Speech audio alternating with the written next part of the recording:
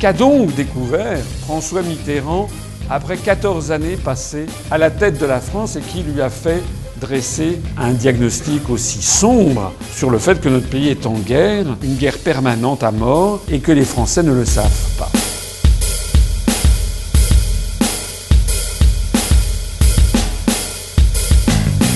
Il ne faut pas mélanger les Européens et l'Union européenne. L'Union européenne a été créée par les États-Unis pour faire prendre par les nations européennes des décisions contre leurs propres intérêts. Puisque ces décisions, bien sûr, vont aller contre l'intérêt des pays européens et bien sûr des milieux d'affaires.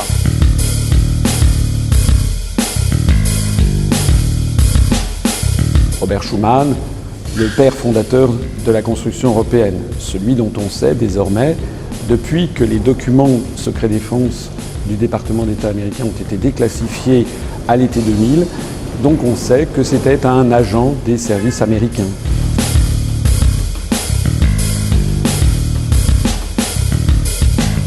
Walter Hallstein a été le premier président de la Commission européenne de 1958 à 1967. C'était un juriste allemand, un juriste nazi.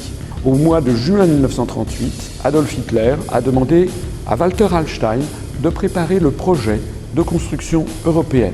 Walter Hallstein a été arrêté et puis il a été repris et recyclé par les autorités américaines. C'est lui qui va préparer le projet de nouvelle Europe. C'est ce qui va donner le traité de Rome. Walter Hallstein a ensuite été le promoteur du plan Hallstein qui prévoyait une Europe fédérale. C'est d'ailleurs exactement ce qui se passe en ce moment. Et c'est justement ce plan Hallstein qui avait motivé Charles de Gaulle lorsque Charles de Gaulle avait dit « stop ». Le groupe Bilderberg, la trilatérale, ça existe. Il disait qu'il faut détruire les nations pour pouvoir augmenter les marchés, avoir le marché planétaire de masse. Et c'est eux qui ont inventé le mot gouvernance mondiale.